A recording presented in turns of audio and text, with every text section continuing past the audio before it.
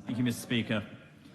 I need not remind anyone in this House about the scale and horror of the child sexual exploitation scandal that blighted Rotherham and affected many of my own constituents, including courageous whistleblower and campaigner Sammy Woodhouse.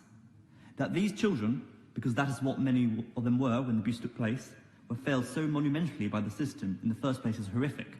But living as a survivor of sexual exploitation, and indeed any form of sexual assault, is fraught with many issues, particularly for those girls and women who become pregnant as a result of their ordeal and are now trying to raise a family.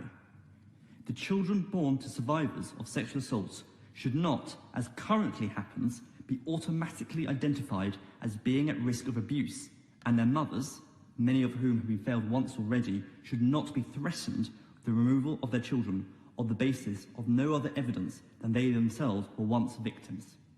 Does the Leader of the House agree with me that these women and their children should be better supported by social services?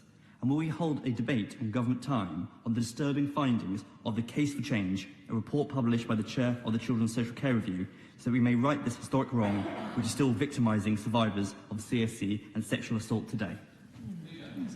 Mr. Speaker, what my honourable friend brings to the House is really rather shocking, but it should certainly not be the case that women who have themselves been abused should be deemed at being at risk of being abusers purely because they were abused. That is wrong and unfair and unjust, and I'm troubled that my honourable friend should say that is the case, and I will take this up on his behalf with both Home Secretary and the Education Secretary, because the abuse scandal in Rotherham is one that has left many scars and troubles for families and for individuals who were abused, and they should not be suffering further. They should be getting the support that my honourable friend talks about.